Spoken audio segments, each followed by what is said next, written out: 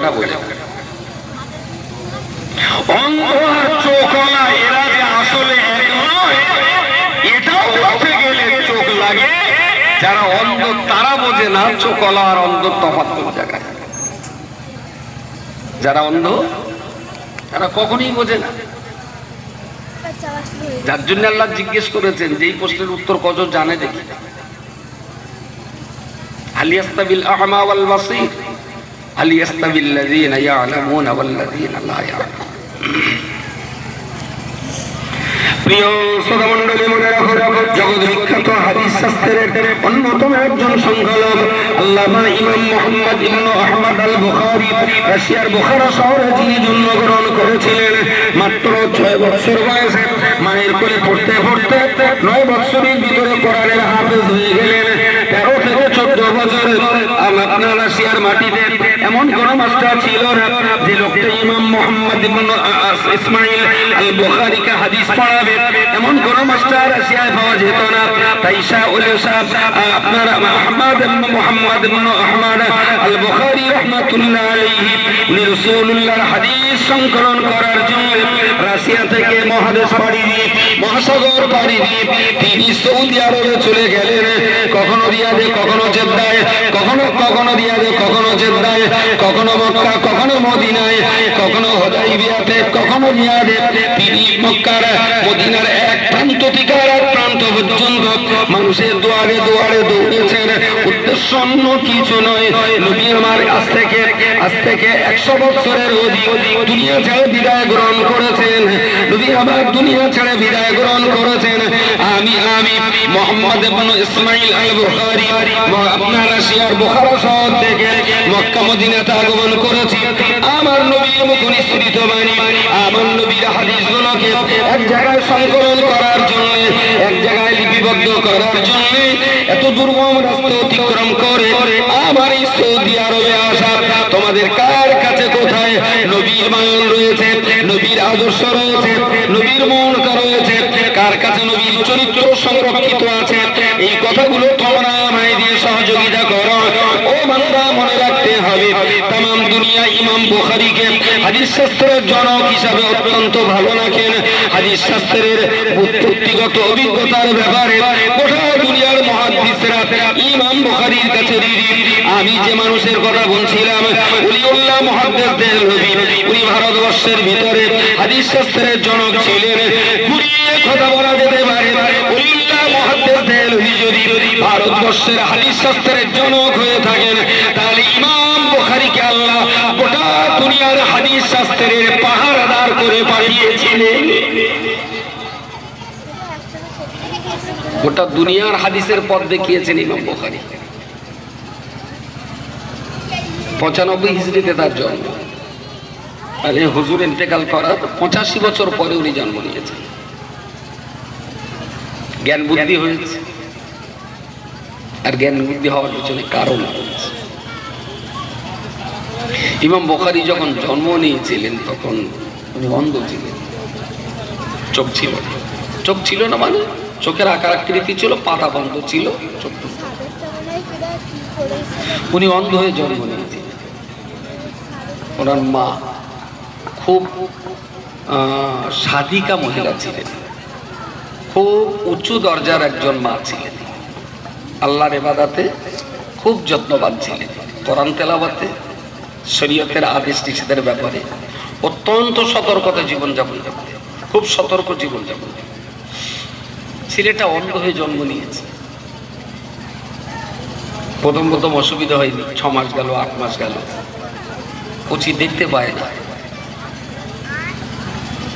মার মনে কষ্ট হয়। ইমাম বুখারীর আম্মা জান রাত্রে বেলা এসে নামাজ পড়েছে, আল্লাহ পাকের কোরআন তেলাওয়াত করেছেন, তাহাজ্জুদের রক্ত এসে গেল। আপনি তাহাজ্জুদের নামাজ পড়লেন, বেটাটাকে নিজের কোলের উপরে তুলে নিয়ে আল্লাহর কাছে ফরিয়াদ করে বললেন, ও রব্বুল আলামিন, আল্লাহ আমার বেটাকে আমি কোলে নিয়ে আপনার কাছে মান্নত করতে বসেছি। আল্লাহ আমার বেটা ইসমাঈলকে, আল্লাহ আপনি যদি আমার বেটা ইসমাঈলকে অন্ধ করে দুনিয়াতে আপনি পাঠিয়ে দিয়েছেন, আল্লাহ আপনি আমার বেটাকে অন্ধ করার কারণে আপনার বিরুদ্ধে আমার কোনো অভিযোগ নেই, আপনার বিরুদ্ধে আমার নালিশ নেই, আমি জন্ম জন্মান্তরেও কোনোদিন আমি আপনাকে দোষারোপ করতে পারি না। আমার সন্তানকে অন্ধ করে দুনিয়ায় পাঠিয়ে দিয়েছেন, এ ব্যাপারে আমি তার মা আপনার উপরে সন্তুষ্ট আছি, আপনার উপরে সন্তুষ্ট আছি। আল্লাহ, আমার বেটাকে অন্ধ করার কারণে আমি তার মা কোনোদিনের জন্য আপনার বিরুদ্ধে অভিযোগ করতে পারি না। তবে আল্লাহ, আপনার কাছে আমি মান্যত করে বলছি, আমার এই অন্ধ বেটার চক্ষু যদি আপনি উন্নীত করে দিন, উন্মুক্ত করে দিন, আমার অন্ধ বেটার চোখে যদি দৃষ্টিশক্তি আপনি ফিরিয়ে দেন, আল্লাহ, আপনার সামনে আমি তার মা কথা দিলাম আমার বেটাকে এমন লাইনে লেখাপড়া আমি শেখাবো যাদের অন্তরে জ্ঞানের চক্ষু অন্ধ হয়ে রয়েছে, আমার বেটে ইসমাইল তাদের দুয়ারে দুয়ারে যে তাদের অন্তরের চক্ষুর দৃষ্টিশক্তি ফিরিয়ে দেবে। আল্লাহ, তুমি যদি আমার বেটার চামড়ার চোখটা ভালো করে দাও, আমার বেটারে আমি এমন লাইনে পড়াশোনা করাবো যাদের জ্ঞানের অন্তর্চক্ষু অন্ধ, আমার বেটার জীবন কোরবানি হবে তাদের মৃত অন্তরগুলোকে জাগ্রত করার জন্য। সুবহানাল্লাহ, সুবহানাল্লাহ। মায়ের মান্য, আমাদের মা মান্যত করে, সেই যে বাবু তার হয়ে হয়ে মরে যায়। আল্লাহ, এবার যদি একটা মাটা হয়, হাড়োয়ার গোড়া চাঁদের তীরে ডবল মাটা দেয়। মা যেরাম ধাড়ি, জন্ম নিলে এরকম পাটা।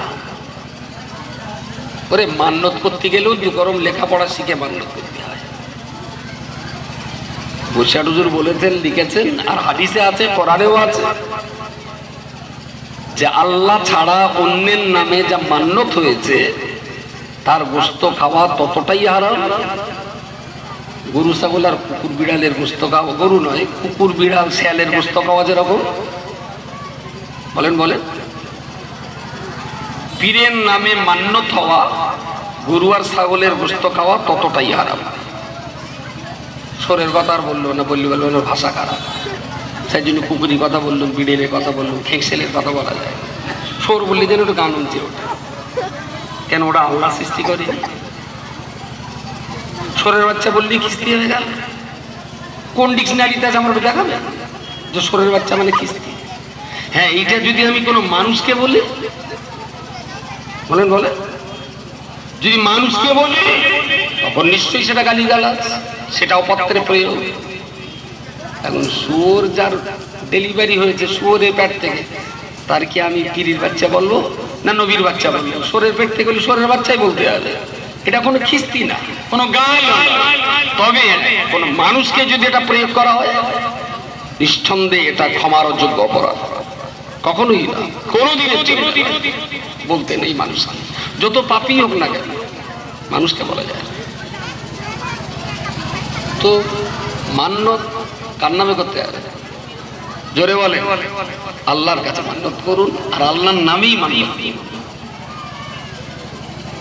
নবীর নামে করলে নিশ্চয়ই অসুবিধা নেই। উত্তরটা ঠিক, নবীর নামে মান্যত করা যায়। আগের উত্তরটা যেরকম জোরে হইলে এই উত্তরটা দেখুন, শ্রদ্ধা, সম্মান, ভক্তি, ভালোবাসা খুবই ভালো, তবে ভক্তির অতিসাহ্যে পড়ে বউডারে মা বলা বলো ঠিক না।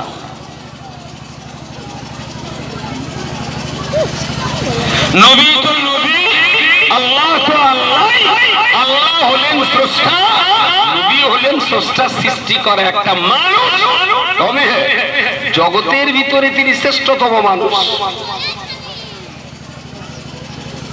কিন্তু দাঁড়িয়ে যখন কেবলমুখে বলবো কাবাতি শরীফাতে মুহাম্মদ,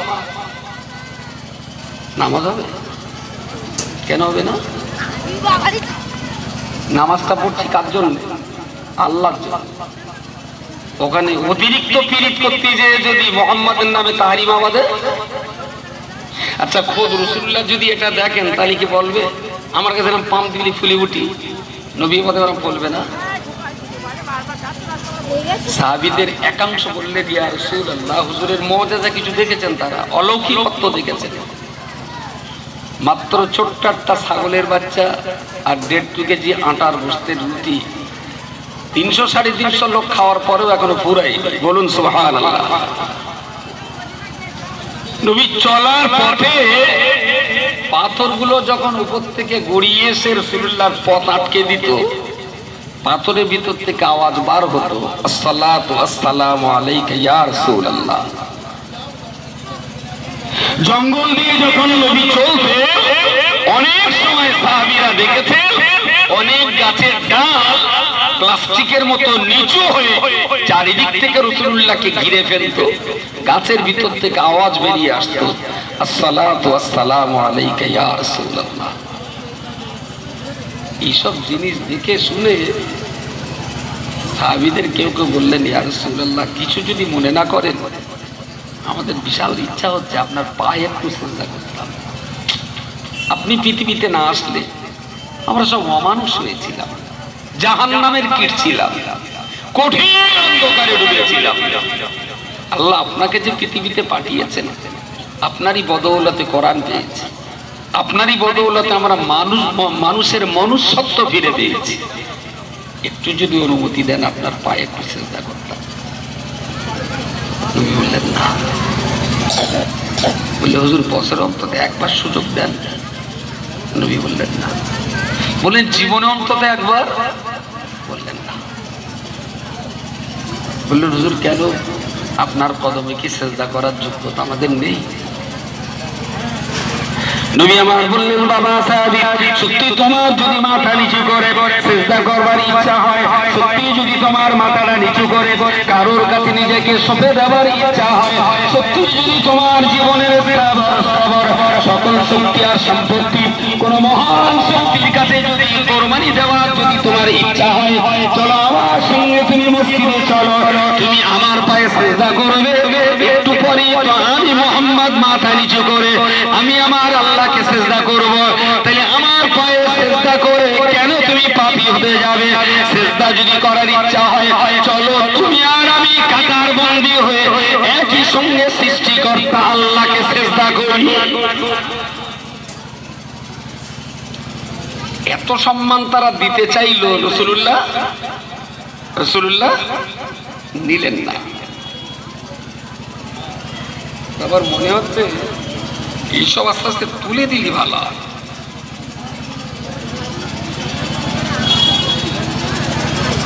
জনাব আলহাজ হযরত মাওলানা শাহ সুফি পীরে কামেল গৌসুল আজম সুলতানুল আরিফিন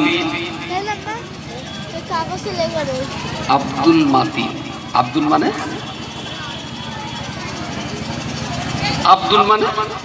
গোলাম, আর আব্দুল মাতিন মানে বলে আল্লাহর গোলাম।